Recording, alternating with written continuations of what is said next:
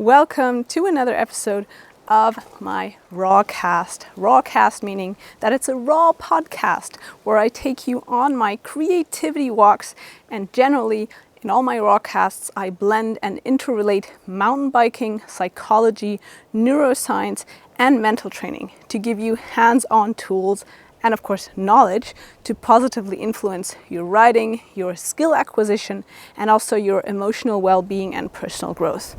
Today I'm taking you on a walk. Maybe you can hear the wind because it's a very warm summer day. We have a pretty strong breeze actually, and I'm taking you on a walk close to my home, which is at the Costa Blanca in Spain.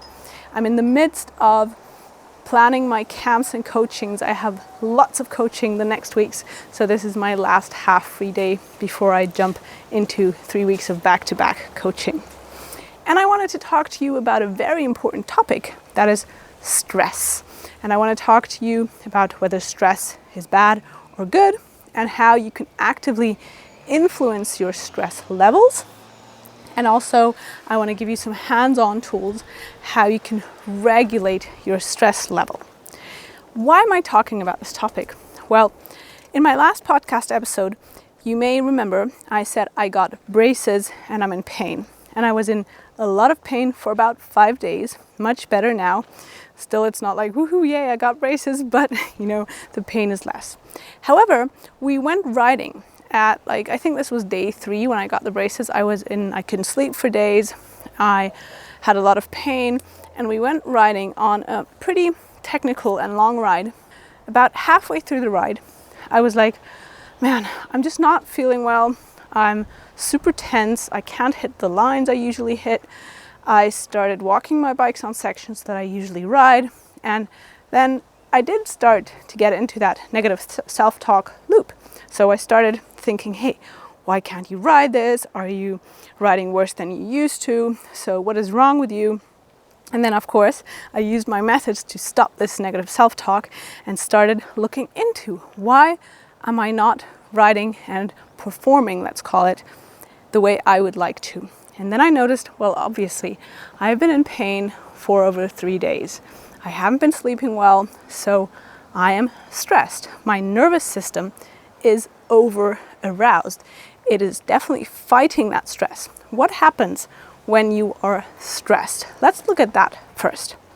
Generally, it's important to know that there is actually also good stress. Everyone needs a specific amount of stress to get you going. Otherwise, we'd just be lying in bed all day, not doing anything. But everyone also needs a specific amount of relaxation, because otherwise we couldn't digest the food we eat. Our immune system couldn't work. We couldn't sleep.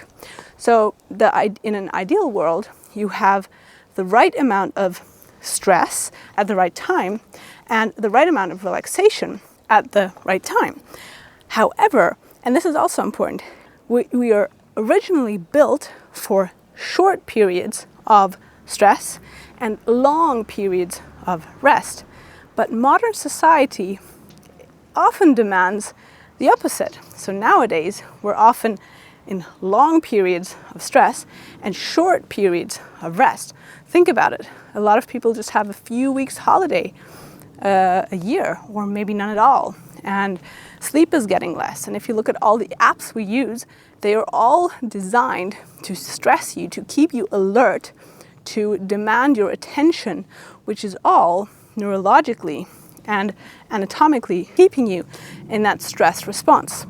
Especially if you're in pain, like I was after I got my braces, you are in constant stress. So your body, your nervous system, has your sympathetic side of the nervous system, which is responsible for the stress response, for the fight, flight, or freeze response, has it activated, and you don't get enough of the parasympathetic nervous system response, which is the rest and digest nervous system response.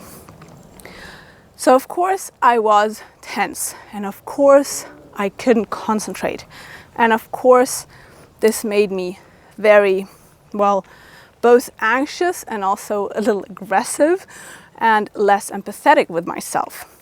But, and this is the reason why I'm sharing this in this podcast, I am lucky to have the knowledge and the tools to get me out of there.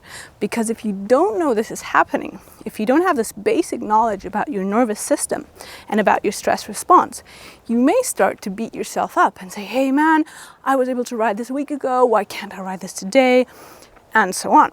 So I believe that everyone should have a basic knowledge of the nervous system, because then you can start to regulate it and use it and really start to live a much, not only easier life, but also feel much better at the same time by simply following a few rules. And that is what I want to talk to you about today. So I'd like to talk about the sympathetic and the parasympathetic nervous system before I jump into some practical tools you can use.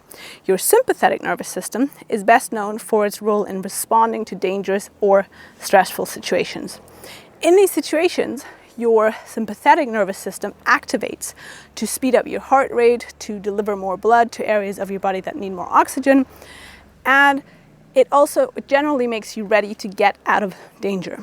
Also, your blood is drawn to the center of your body, so your digestive tract slows down, so energy is diverted to other areas of your body that are more relevant to fighting or fleeing. On the other side, you have the parasympathetic system, and generally your sympathetic and parasympathetic nervous systems have opposite roles. While your sympathetic nervous system carries signals that put your body's system on alert, the parasympathetic carries signal that relax those systems. And these two systems work together to keep your body in balance. Your sympathetic nervous system takes the lead for as long as it's necessary to get you out of that period of danger. And then your parasympathetic nervous system steps in and returns things to, let's say, normal. So generally, it's important to know that too much stress, so too much activation of your sympathetic nervous system has many, many negative effects, such as heart racing, constipation, even anxiety disorders, sexual dysfunction, and some research actually also suggests that cancer is related to it. So a lot of negative effects from being overly stressed. But just as I said, these two systems work together in harmony, so some stress is important to keep you aroused or to keep you in that ideal level of performance. So as I said, a specific amount of stress is good, but what many people often forget is that they overstimulate themselves out on a ride when they're actually going out on a ride to blow off steam. What I mean by this is, I'm sure you've either felt this or know someone who has done this. You get home from a hard day of work, you're all stressed out, or you've had a fight with someone, and you're like, man, I really need a ride. I'm gonna relax there, I just wanna blow off some steam and want to, let's say, find myself again. That's great. Riding can be exactly that. It can be something you do to activate your parasympathetic system.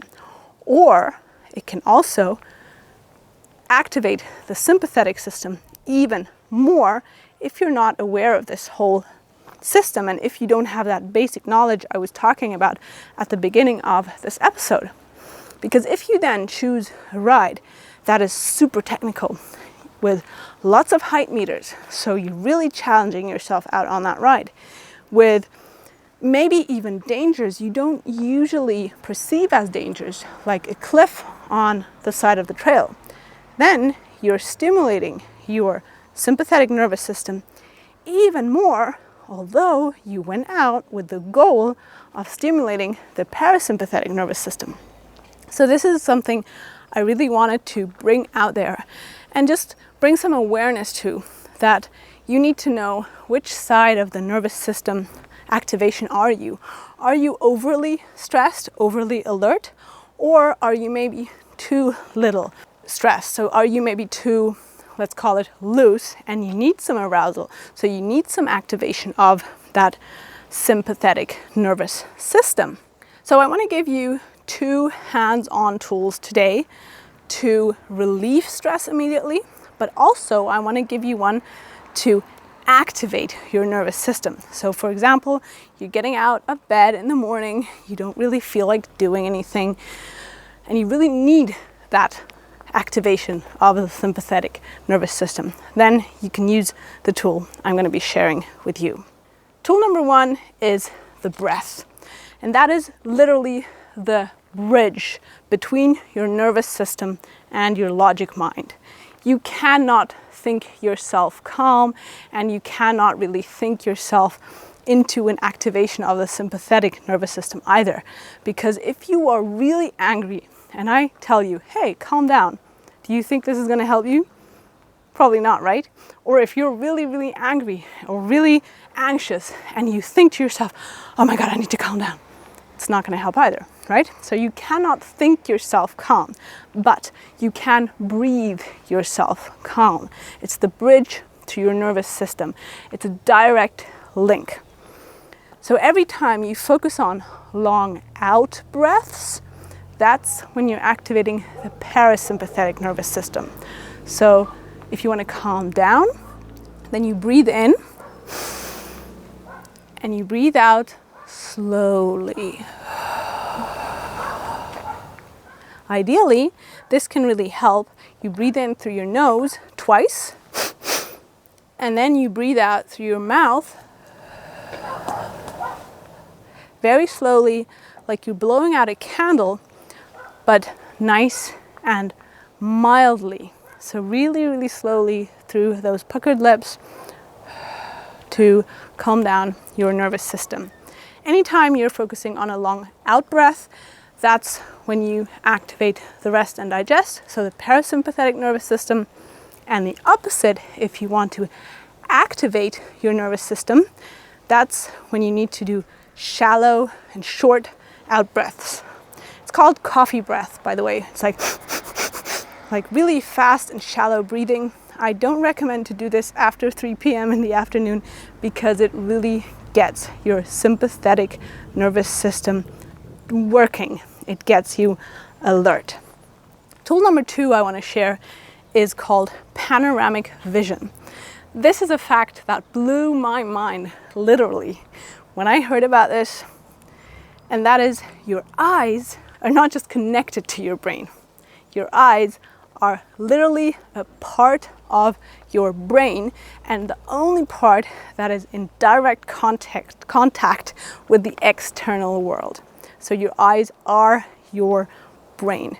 So anything that arouses you visually will directly kick in to your brain and to your nervous system. So you can influence either if you see something where you will notice that it stresses you out, or you can use something called panoramic vision. And that means you imagine you're standing on the top of a mountain and you just want to take in everything you see without focusing on anything. So you have this, let's call it empty gaze, looking into somewhere and nowhere at the same time. That's the panoramic vision. And I want you to try this right now. Even if you're talking to someone, they probably won't notice because your eyes are still looking ahead. They're just not focusing on something. So this is also something that I use a lot when I'm with someone and I notice, for example, my partner is annoying me and I notice my sympathetic nervous system kicking in. I use panoramic vision to calm myself down, ideally paired with breathing before I answer. So that's something. I take 3 breaths, I use panoramic vision, and then I rethink to let's call it consider if what I was wanting to say in the first second is really what I want to say then.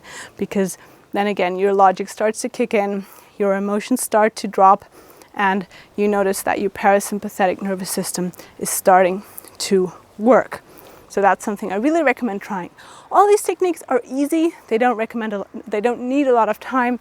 And I recommend doing them several times a day because you will notice that working on your parasympathetic nervous system and really starting to activate it deliberately does so much to you. You just become more relaxed overall, and these are easy tools you can do every day. And also when you're out on a ride and you're noticing, this situation is stressing me out, or this trail here is really tensing me up, then you can use the breath and also the panoramic vision to calm yourself down. And the third one is a technique from traditional Chinese medicine.